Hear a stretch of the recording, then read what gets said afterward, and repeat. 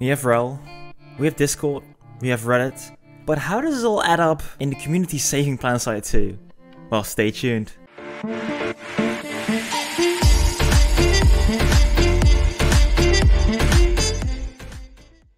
Hello ladies and gentlemen, welcome back to the channel. I'm Fab1 and today we're back with another Planetside 2 video. Today we're kind of doing a part 2 of my previous video, Is Planetside 2 Really Dying? You can find the video if you look right now in the top right corner, but just too long didn't watch. Yes, Planetside 2 is in a downtrend, but there are so many things coming, development is still there, so it isn't gonna die anytime soon. Still, people reacted that I was pretty negative about it and that I should be a lot more positive about Planetside 2, and I thought I was, kinda, but well, never mind. I also had a lot of insightful comments, and today I want to focus on a few that are really brilliant, and I want to point out why they are so important for the community and for Planetside 2 as a whole. Let me just first of all read this comment completely.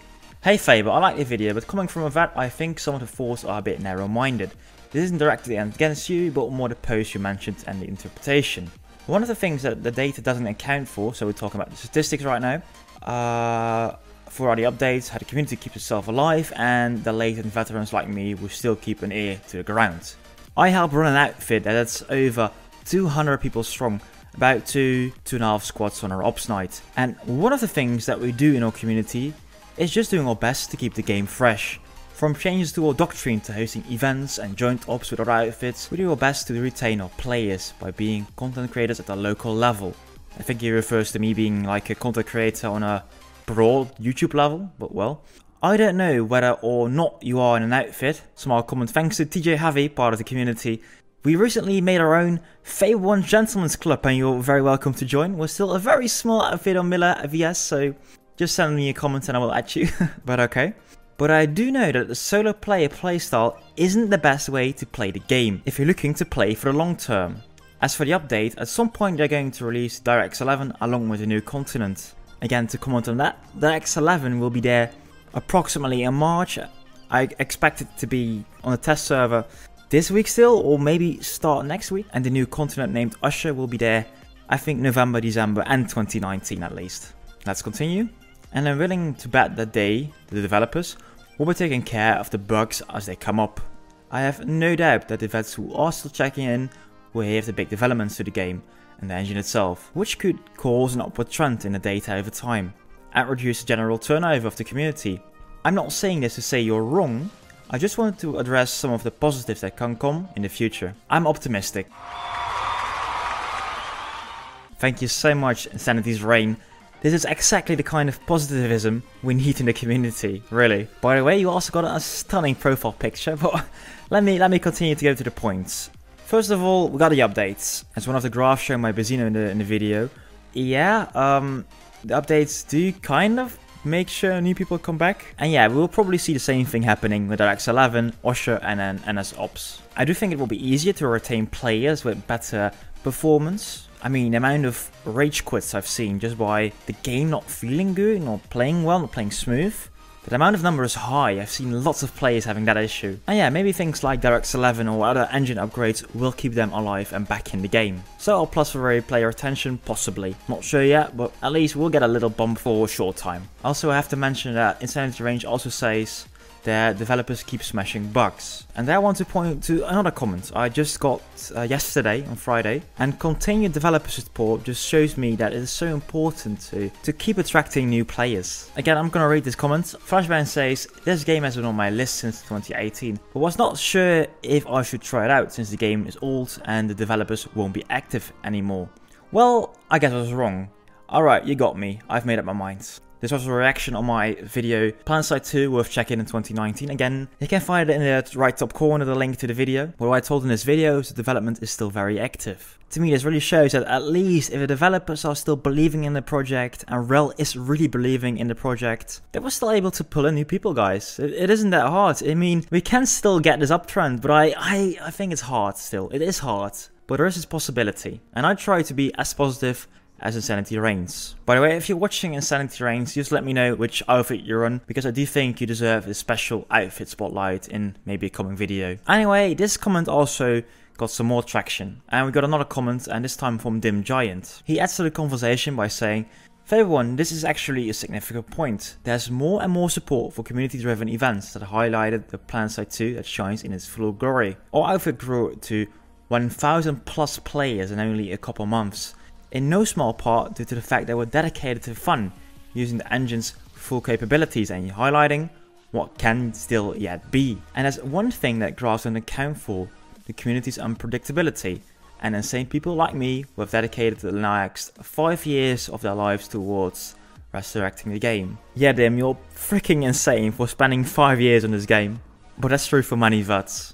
Dim Giant runs the Dim Giant Army, it's an outfit, and they also do, for example, a lot of constructing. And constructing is one of the parts which I think that the game hasn't really found its niche yet. And I think we haven't really seen yet what construction can really do to the flow of the battles. It's really good that outfits like the Dim Giant's Army are still experimenting with different stuff in the game and are focusing on having fun.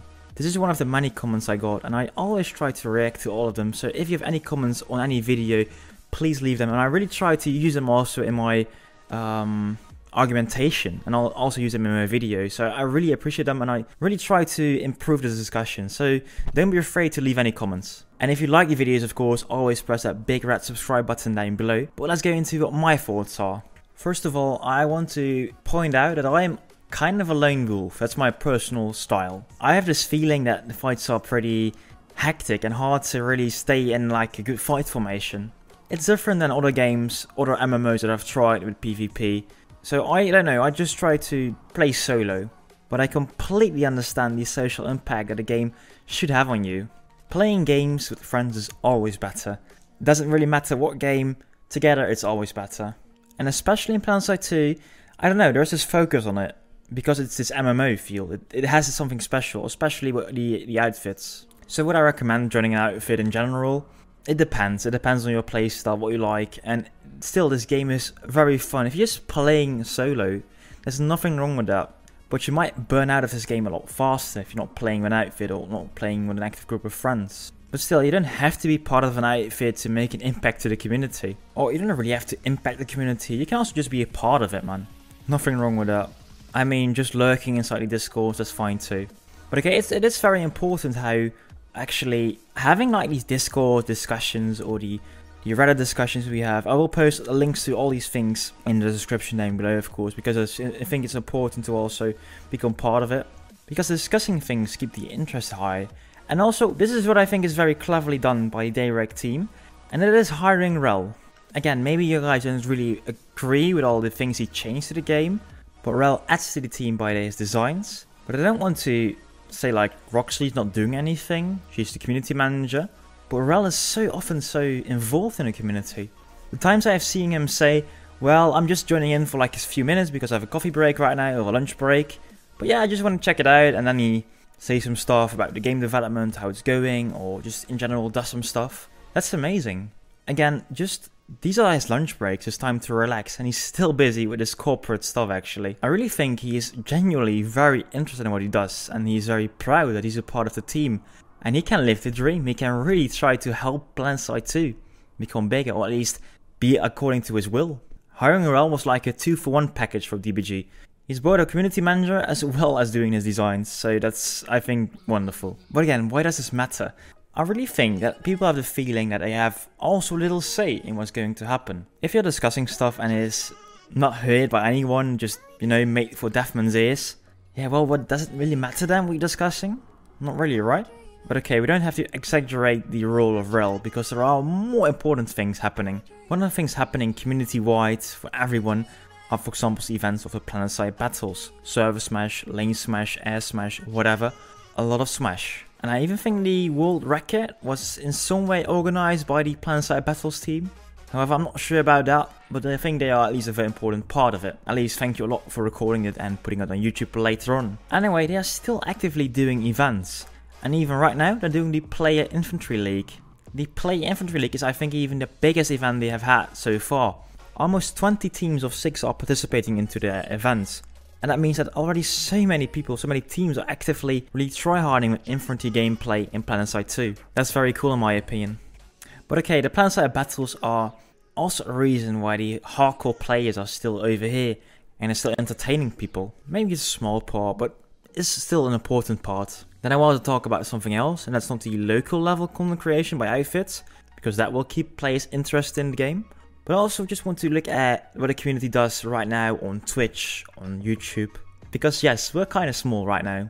Planetside 2 isn't the biggest game on content creation level. For example, last Friday morning, I was really the only other guy streaming Planetside 2, which really felt bad. And no, we're not getting millions and millions of views for Planetside 2. But even on this channel, the guys we still have creating content are just amazing. I can't point out how important it is that we had one viral video by Serious Gaming telling that Planetside 2 is still worth it in 2018.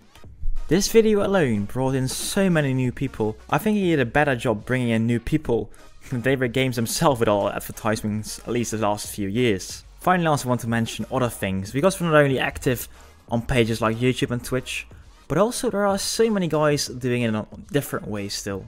Creating, for example, art about the game, thank you Cat vs Girl, or creating podcasts like, for example, The Derringer.